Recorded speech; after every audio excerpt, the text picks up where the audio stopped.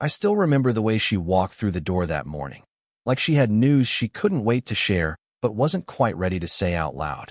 Emma had gone out early, saying she needed to grab a few things from the pharmacy and pick up coffee. That wasn't unusual. What was unusual was the way she lingered by the door when she got back, holding the paper bag close to her side like it contained something fragile.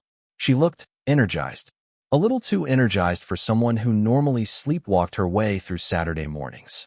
She kissed my cheek, light, quick, almost distracted, and smiled without making eye contact. "Don't peek in the bag," she said with a wink. That alone should have tipped me off. We didn't do surprises. Not for years. Not since the version of our relationship that still had playfulness in it started to fade. I sat on the couch, pretending to scroll through my phone, but I watched her from the corner of my eye as she slipped down the hallway into our bedroom. I heard the drawer slide open, the one in her nightstand she always kept locked when I was around. A minute later, she walked back out like nothing happened. She made herself a smoothie, talked about a dream she had, laughed at her own story. She was trying too hard to seem normal. That would have been odd enough on its own. But the truth is, I already knew what was in the bag. I already knew. Because the day before, I'd found something I was never meant to see. Something she had tried, badly, to hide. Friday night, I was taking out the trash. Nothing special. Just the usual routine. One of the bags wasn't tied right, and as I bent to fix it, I noticed something behind the bin. A plastic lotion container. One of those big name brand ones Emma always used. Except this one was oddly heavy. At first, I figured it was just junk. Maybe she was tossing old beauty stuff. But when I picked it up, it rattled.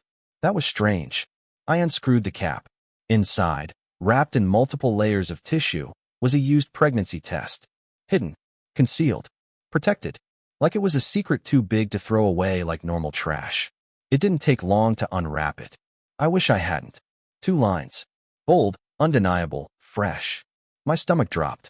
We hadn't been in * made in over 4 months. Not since late January. It was now June. At first, I just stood there, holding it like some kind of cursed object. I told myself maybe I was wrong. Maybe it was old. Maybe it wasn't hers. But deep down, I already knew. There was no other explanation. It had to be Emma's. She had hidden it like she was afraid I might find it, and not because it would be joyful news.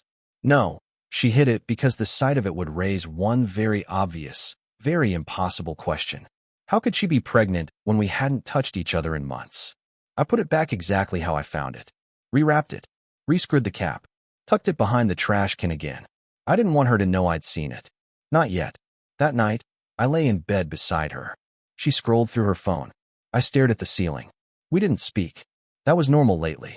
But for the first time in a while, my silence wasn't passive. It was strategic. And then came Saturday morning. The bag, the fake smile, the light kiss. By early afternoon, she was humming while folding laundry. At one point she turned to me and said, "You ever think about what it'd be like to have a kid? I mean, really think about it?" I looked at her, right in the eyes. "Why now?" She shrugged. "I don't know. Just popped into my head." She kept folding a pair of her yoga pants, pretending she hadn't just detonated a truth bomb between us. "You remember that pregnancy test I took a long time ago?" she said after a moment, still avoiding eye contact. "I think it was faulty. You can get false positives if they're expired, right?" I didn't answer. I didn't need to. She let out a little forced laugh. "Anyway, it's probably nothing. Just got in my head." Then, just like that, she switched topics. To work, to her boss being annoying, to some new skincare brand she wanted to try. She never gave me space to respond. She didn't want a conversation. She wanted a reset. And that was her tell. Emma always redirected when she felt cornered. It was something I noticed in our second year of marriage, usually after an argument. I used to call her out on it. That stopped after she started crying during one of our fights and told me I made her feel emotionally unsafe. Ever since, I backed off. Let her dodge. Let her redirect. I convinced myself that picking my battles was the mature thing to do. Turns out, I'd been picking the wrong battles by not picking any at all.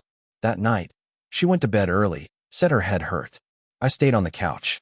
I turned on a movie I'd already seen and muted it halfway through. My thoughts were louder anyway. It was like 1,000 tiny red flags that I'd once dismissed were suddenly back in full color. Emma's recent distance. The coldness. The missed calls. The always-on do not disturb phone. The late nights out. And now a test. Hidden. Denied. Explained away with a shrug. And I was supposed to accept that? To her credit, she tried to act normal the next morning. Made pancakes.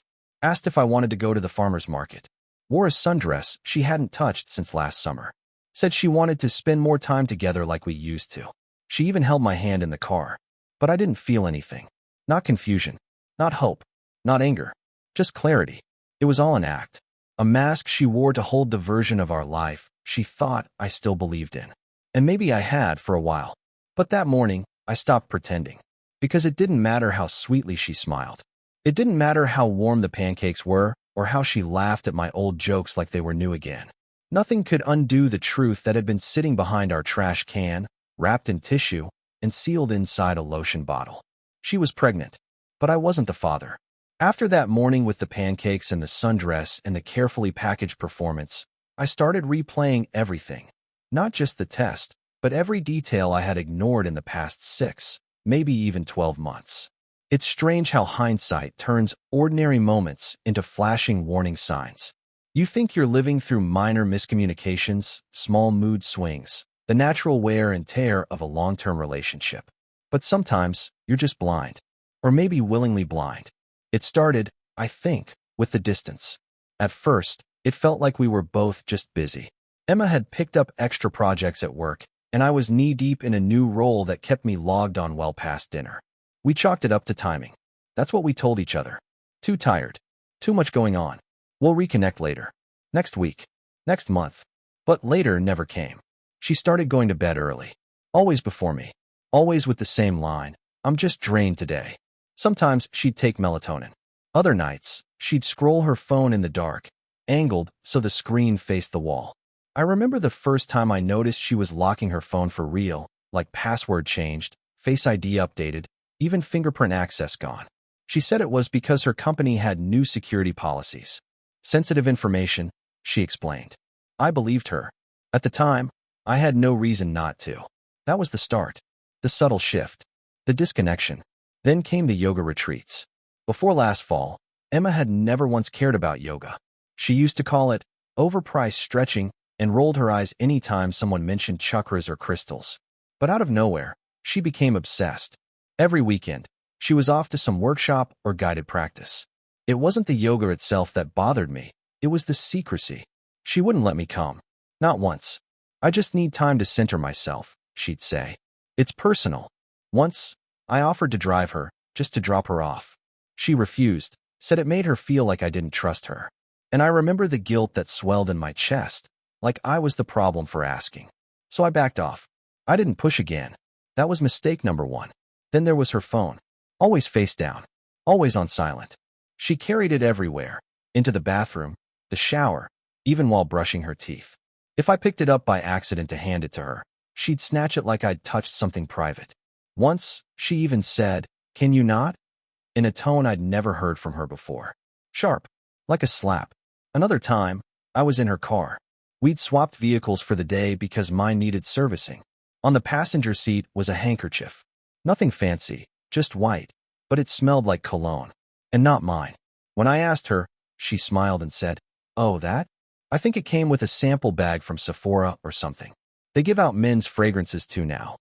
It sounded plausible, but the scent stayed in the car for days. I remember driving with the windows down, trying to drown it out. Eventually, I tossed it in the trash. Mistake number 2. I let it go. The emotional distance deepened from there. She wasn't just unavailable physically. She was absent in every sense. She stopped asking me about my day. She stopped complaining about hers. The way we used to connect, even through mundane things, started disappearing. Conversations became transactional. What time are you getting home? What do you want for dinner? Can you grab toilet paper? Int asterisk Macy vanished completely. No kisses. No casual touches. No spontaneous anything. She started wearing oversized t-shirts to bed, changed in the bathroom, locked the door while she showered. And yet, at random intervals, she'd throw in these flickers of warmth. Just enough to keep things from falling apart. A kind smile here. We should plan a trip soon there. It kept me anchored. It made me doubt my instincts. She wasn't cruel. That's the part that messed with me most. If she'd been hostile or angry or indifferent, I might have seen it sooner. But instead, She played this subtle game of emotional gaslighting. Enough attention to keep the illusion alive, but never enough to feel real. Then there were the absences she couldn't explain. One night, she said she was going to dinner with coworkers to celebrate someone's promotion. I offered to meet her afterward. She declined, said it was just a quick thing, and she didn't want me waiting around. That night, she came home at 11:15 p.m.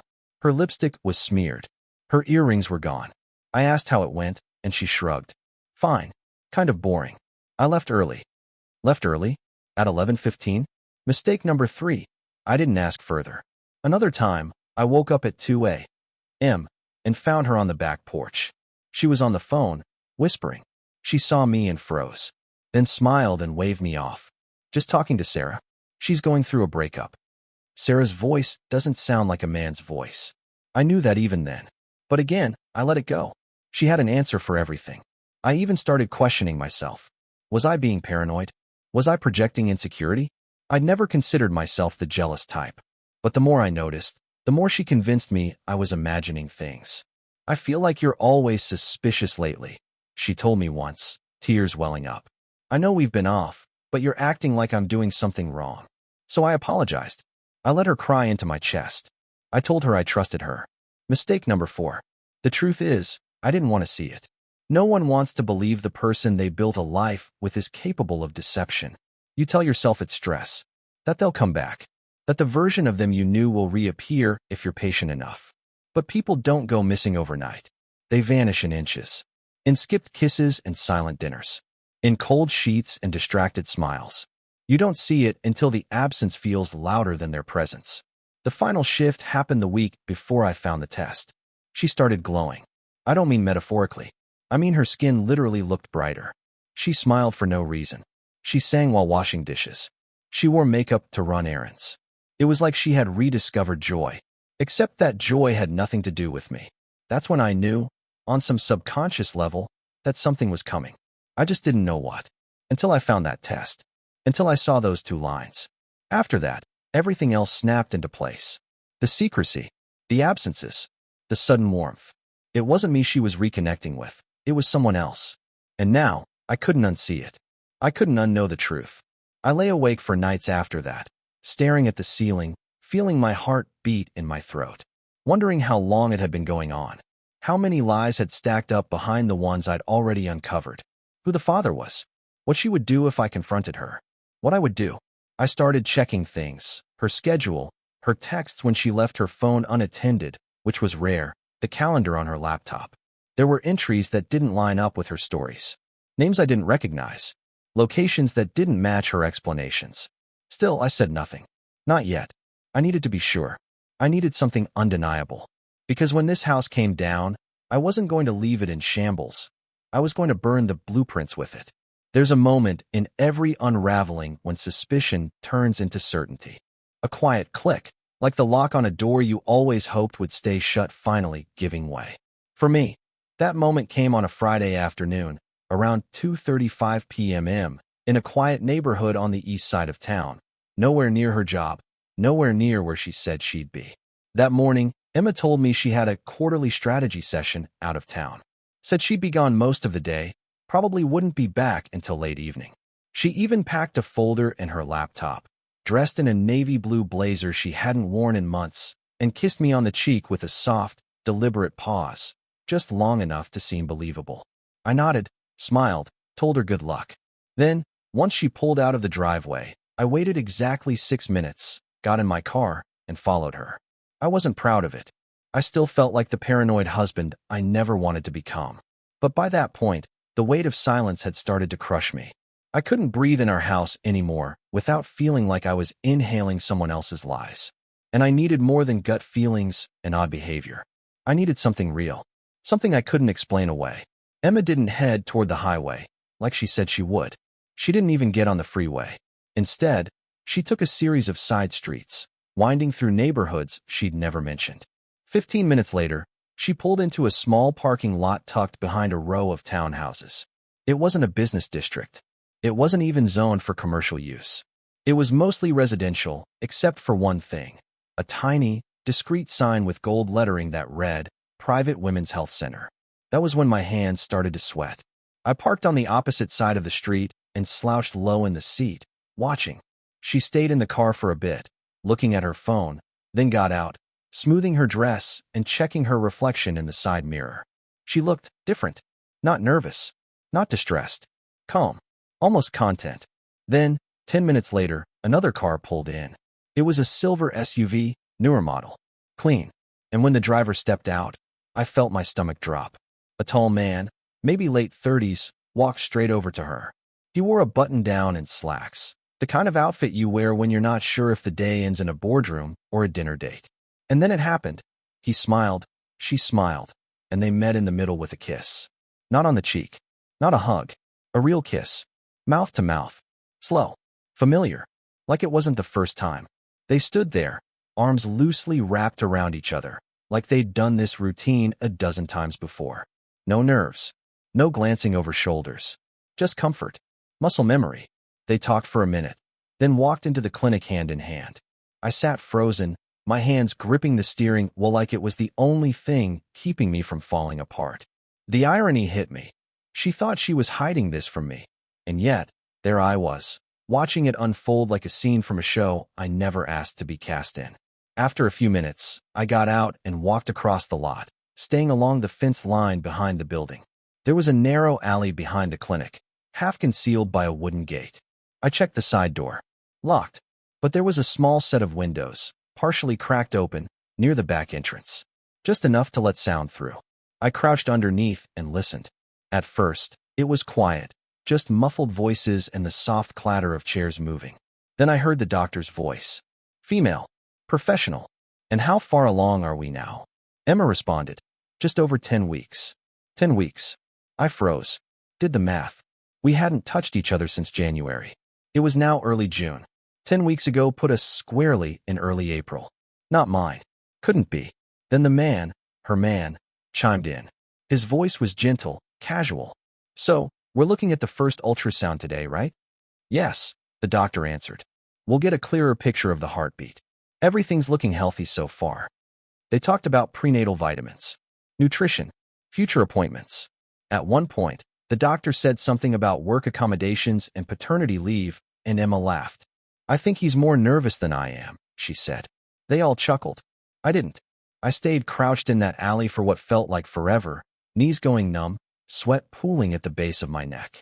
My phone was already recording, screen dimmed. I hadn't even made a conscious decision to do it. I just needed proof.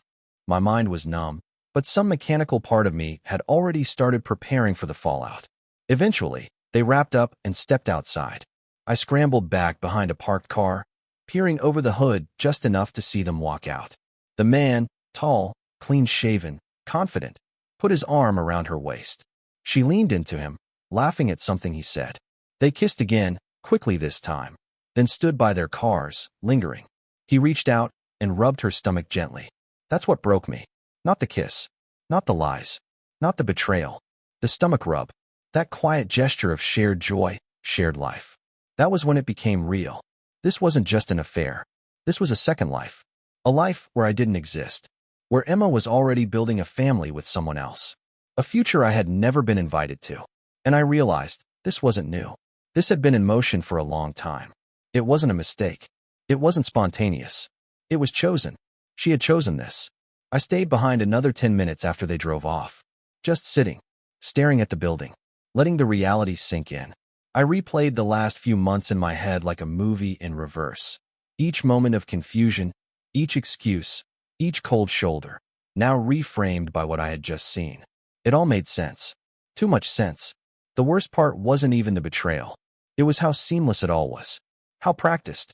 How perfectly choreographed. Like they'd rehearsed it. I drove home in silence, the kind that buzzes in your ears because your mind is too loud. I played the recording back 3 times, each time hating myself more for needing to hear it again. But I had to. I needed it to be undeniable. I didn't confront her that night. She came home late, said traffic was bad, the meeting ran long, she was starving. She made a salad, watched an episode of some trashy reality show, then kissed me goodnight and went to bed like nothing had happened. I lay on the couch for hours, staring at the ceiling fan, the recording still open on my phone. 10 weeks. Heartbeat. Paternity leave. Just over 10 weeks. That was the moment certainty swallowed me whole. And from that certainty, something else began to take shape. Not anger, not yet. A plan. Because now, I didn't just know she was lying. I knew who she was lying with. I knew where she'd been. And more importantly, I knew exactly what I was going to do next. After I saw them at the clinic, something in me changed. Not like a movie moment where rage takes over and a guy loses his mind. This was different. Colder. Quiet. Focused. I felt stripped down, like every illusion had been carved off, and what was left underneath wasn't pain, not even betrayal. Just clarity. And clarity? Clarity is dangerous when you give it to someone who's been lied to long enough. I didn't scream. I didn't confront. I didn't blow up our life in some dramatic scene. I started gathering. Because the only thing more powerful than the truth is proof. And I was going to collect every piece of it. The first place I went was her laptop. Emma had always been weird about letting me use it, even though I'd set it up for her a few years ago and still remembered the admin password. She thought she was careful. Thought clearing her browser history and deleting certain files would be enough. She forgot about Cloud Sync. I checked her iCloud, then Google Drive. She had backups for everything. Auto-synced albums, saved messages, calendar logs, the works. I found a folder tucked in a random directory titled Wellness 21. Sounded innocent. It wasn't. Inside were photos. Dozens. Emma and the same man from the clinic. Sometimes in restaurants, sometimes in parks, sometimes at what looked like weekend rentals. One picture stopped me cold. The two of them by a fireplace, a bottle of wine between them, her barefoot and laughing in his hoodie. The date on the image? The exact weekend she told me she was at a yoga retreat 3 hours away. She was 30 minutes away, in bed with someone else. There were videos, too. Short ones. Silent ones. Little clips that captured just enough to break whatever pieces of denial I had left. Him brushing her hair behind her ear. Her reaching for his hand across a table. The way she smiled at him. Full, unguarded. A smile I hadn't seen in years. One I thought she'd forgotten how to make. But she hadn't. She'd just given it to someone else. I went deeper. Her notes app had password-locked entries. Took me a while, but I guessed it eventually. Her mother's birthday. Inside were journal entries. One from April Reed. I feel guilty, but also free. Like I'm finally breathing again. Josh sees me in ways I forgot I existed. I know I'm a coward for hiding it, but I can't stop. Not yet. Josh. His name was Josh. Josh Harper. I plugged it into LinkedIn. There he was. Senior project executive at a regional construction firm. Smiling face. Polished profile. Married. I kept digging. One afternoon while Emma was showering, I borrowed her tablet to check a recipe, then mirrored it to my desktop. Her texts weren't on there, but her calendar was. I exported it all. Every entry, every reminder, every blocked off retreat or workshop. When I cross-referenced those dates with the photo timestamps, it was all there. A whole second timeline. A hidden life, running parallel to mine. She'd been clever. Never used his full name in messages. Always vague. But I recognized a recurring initial, JH, and the references matched. JH birthday dinner. Weekend with JH, Airbnb, JH flight return. I wasn't paranoid. I was right. And the more I found, the less angry I felt. I didn't want to yell or demand apologies. I didn't want explanations. I wanted control. I wanted every secret she built with him to collapse under its own weight. So I started building my case. I copied every file, every photo, every entry, onto 2 encrypted drives. I printed out key pieces, the calendar cross-references, a few of the more asterisk mate photos, and most importantly, a transcription of the recording from the clinic visit. I timestamped it, annotated it. I even printed out a floor plan of the clinic, showing how close I had been, where I was standing, which window I heard them through. I made a binder. I'm not joking. A full binder. Labeled it. Indexed the pages. Color-coded the tabs. It was part documentation, part therapy. I wasn't just collecting evidence. I was reclaiming sanity. Once I had everything, I started thinking about Josh's wife. If this man was building a family with my wife, what had he destroyed in the process? Did his wife suspect? Or was she living in the same fog I had been? I searched public directories, found his address, then dug into local community event sites. There it was, his wife's name. She was listed as a board member for a school fundraiser Emma had once volunteered at. A photo popped up of her at a spring auction, standing next to a banner that listed Emma's name as a volunteer coordinator. That sealed it. Not only had Emma been sleeping with a married man, she had gotten close to his wife, smiled at her, shared snacks at school events. She was deep in this, deeper than I imagined. And yet, she still came home every night, sat across from me at dinner, kissed me goodnight, talked about maybe repainting the living room, or how we should visit her sister for the holidays. The audacity of it stunned me. How do you live two lives like that without breaking? It wasn't just the affair.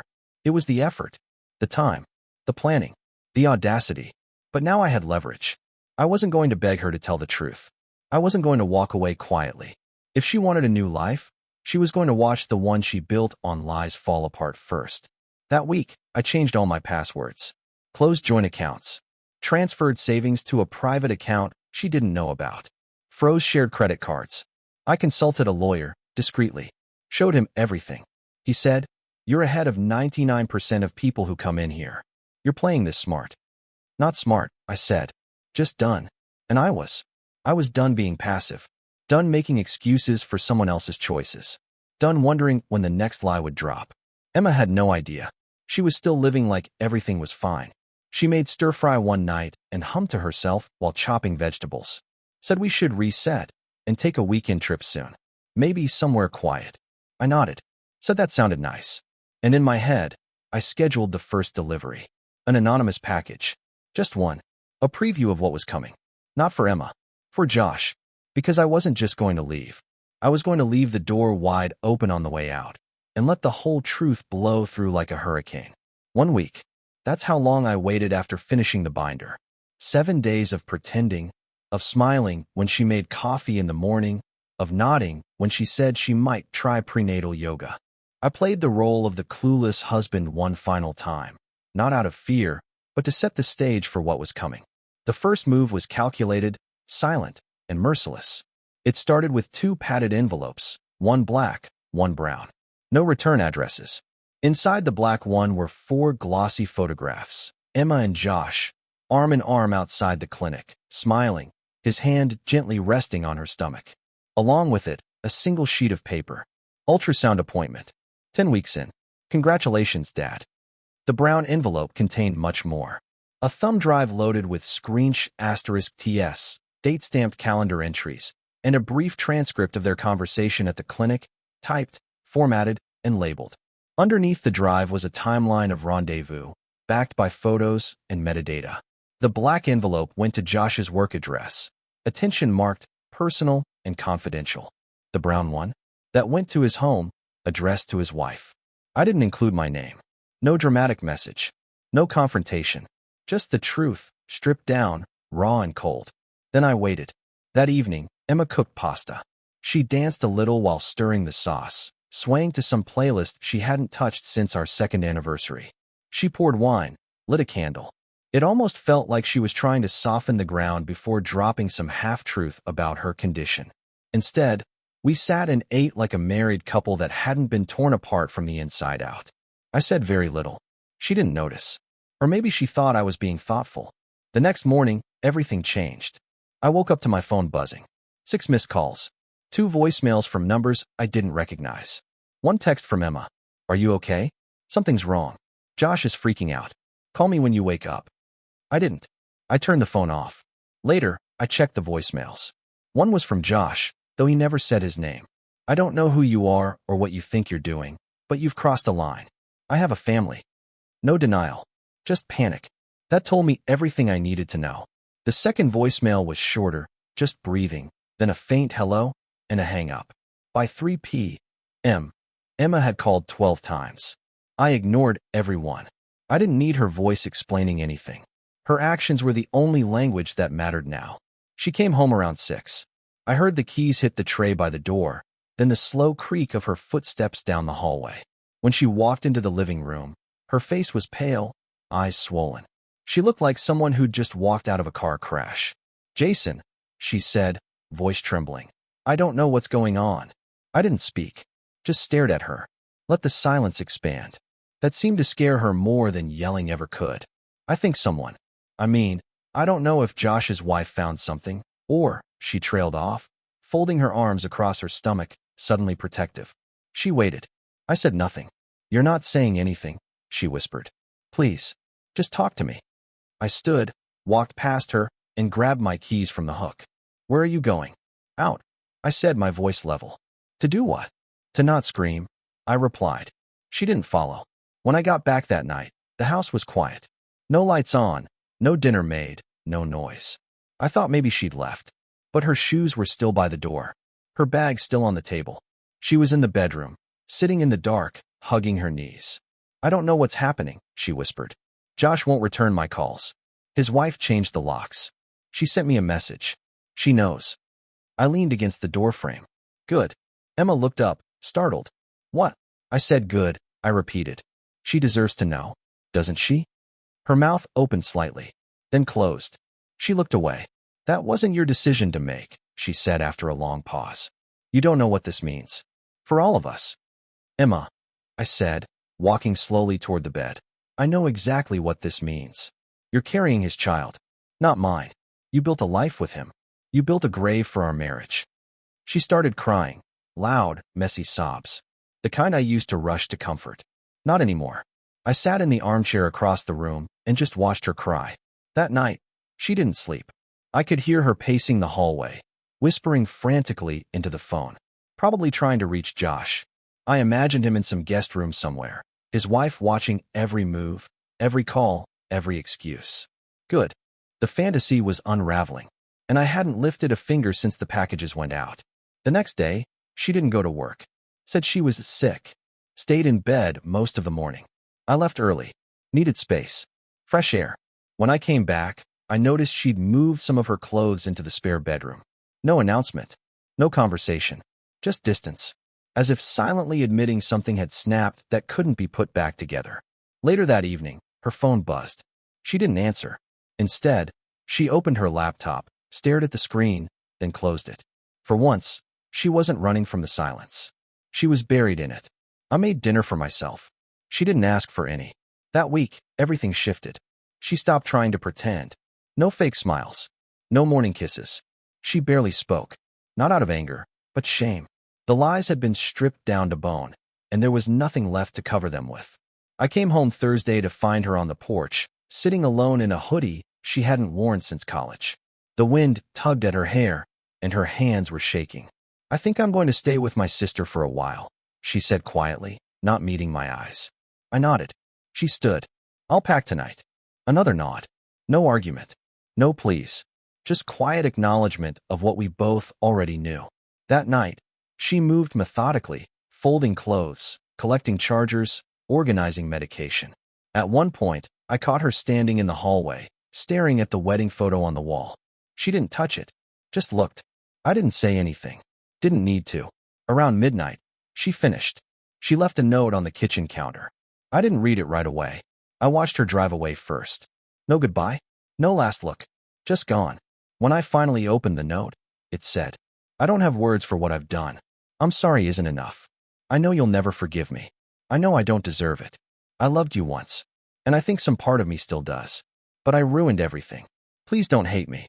I read it once, then burned it in the sink. The next morning, I changed the locks, took down the photo from the hallway, folded the blanket she used to love, and packed it into a box. Everything she'd left behind got sealed up and pushed into the garage. The silence that followed wasn't painful. It was peaceful. For the first time in months, the house wasn't full of tension. No lies breathing through the walls. Just quiet. And the sound of me, finally, coming back to myself.